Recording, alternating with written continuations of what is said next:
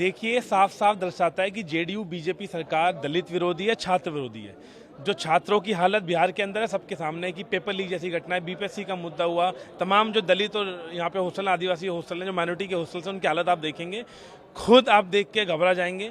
अभी पुलिस छात्रों को डराने का काम कर रही है।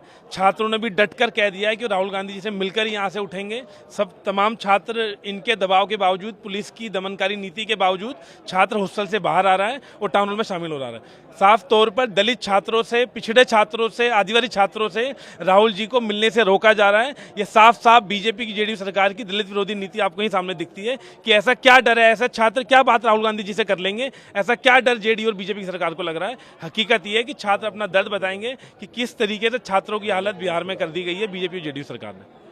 क्या कहेंगे, क्योंकि लगातार ये भी कहा जा रहा था कि अनुमति नहीं है टाउन हॉल में आप लोगों को। देखिए, अनुमति की अगर बात थी तो कई दिनों से कार्यक्रम की तैयारी चल रही है। हॉस्टल्स के बच्चे अपने आप में चर्चा कर रहे हैं। हमने पुलिस को परमिशन के लिए भी दिया था। जानबूझकर कल रात को परमिशन कैंसिल करी गई और छात्रों पर दबाव बना गया कि इस कार्यक्रम में ना जाएं। जब पता लगा कि छात्र जाने को तैयार हैं, हजारों छात्र राहुल गांधी जी से मिलने को तैयार है, उसके बाद परमिशन कैंसिल करके हमारा प्रोग्राम डिस्टर्ब करने की कोशिश करेगी। हमारे जो इधर टेंट लगे उनको तोड़ने का प्रयास करा गया। कुछ दलित छात्रों के साथ पुलिस ने मिसबिहेव करा, मैन हैंडल करी। पिछले 2-3 घंटे से दबाव बनाया जा रहा है, लेकिन राहुल गांधी जी आ रहे हैं, तमाम छात्रों से मिलेंगे, उनकी बात सुनेंगे। क्या नाम है आपका? नाम क्या? वरुण चौधरी, राष्ट्रीय अध्यक्ष एनएसयू भाई। पूरी साजिश के तहत, यानी कि एक तरह से साजिश पूरा साम दान तन भेद सब अपना करके प्रशासन को आगे कर करके उन्होंने सिर्फ एक अनुमति कि हम ये हॉस्टल का अनुमति नहीं देते हैं। एक लास्ट टाइम में आप अनुमति के लिए आप कह रहे हैं कि अनुमति नहीं देते। लास्ट टाइम में ऐसा क्यों? ये 4-5 दिन से सेटअप तैयार हो रहा है, सफाई से लेकर के हर चीज़ से। आपने जैसे इन किए होंगे, वहाँ से लेकर के पंडाल तक आए होंगे, क्या व्यवस्था थी और क्या व्यवस्था हो गई। तो आप लास्ट मोमेंट में आप ये एक चीज़ समझ जाइए, डर, भय। किस बात?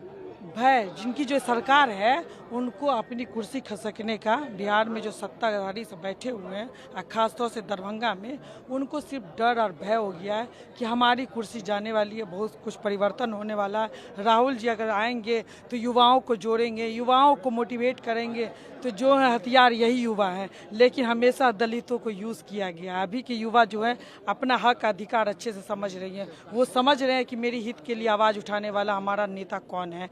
तो इसीलिए हमारे राहुल जी से हमारे जो युवा हैं, स्टूडेंट हैं, वो मिलेंगे, संवाद करेंगे। आप जरूरी नहीं है कि तंबू, एक चीज़ समझना होगा कि राहुल जी को है ना बोलने के लिए कोई मैक और मंच और कुर्सी की ज़रूरत नहीं है।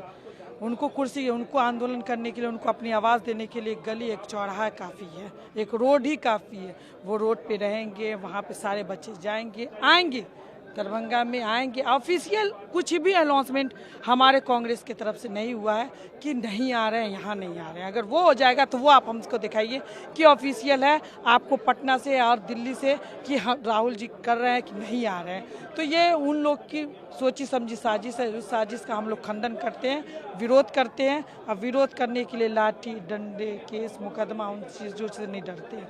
अभी हमारे बच्चों को डराया जा रहा है, उनको हॉस्टल से निकालने का उनको भय दिखाया जा रहा है, उनके एडमिशन को कैंसिल कराने का उनको भय दिखाया जा रहा है। आप लोग डटे रहिए। हम लोग डटे हैं और डटे रहेंगे। राहुल गांधी से मिलके ही जाएगा? नहीं, नहीं, मिल के नहीं, बच्चों को मिलवा करके ही जाएंगे। जो मैंने जिम्मेदारी ली है कि मैं बच्चों को मिलवाऊंगी, वो मैं जिम्मेदारी पूरी। मेरा नाम नाजिया हसन, उप महापौर।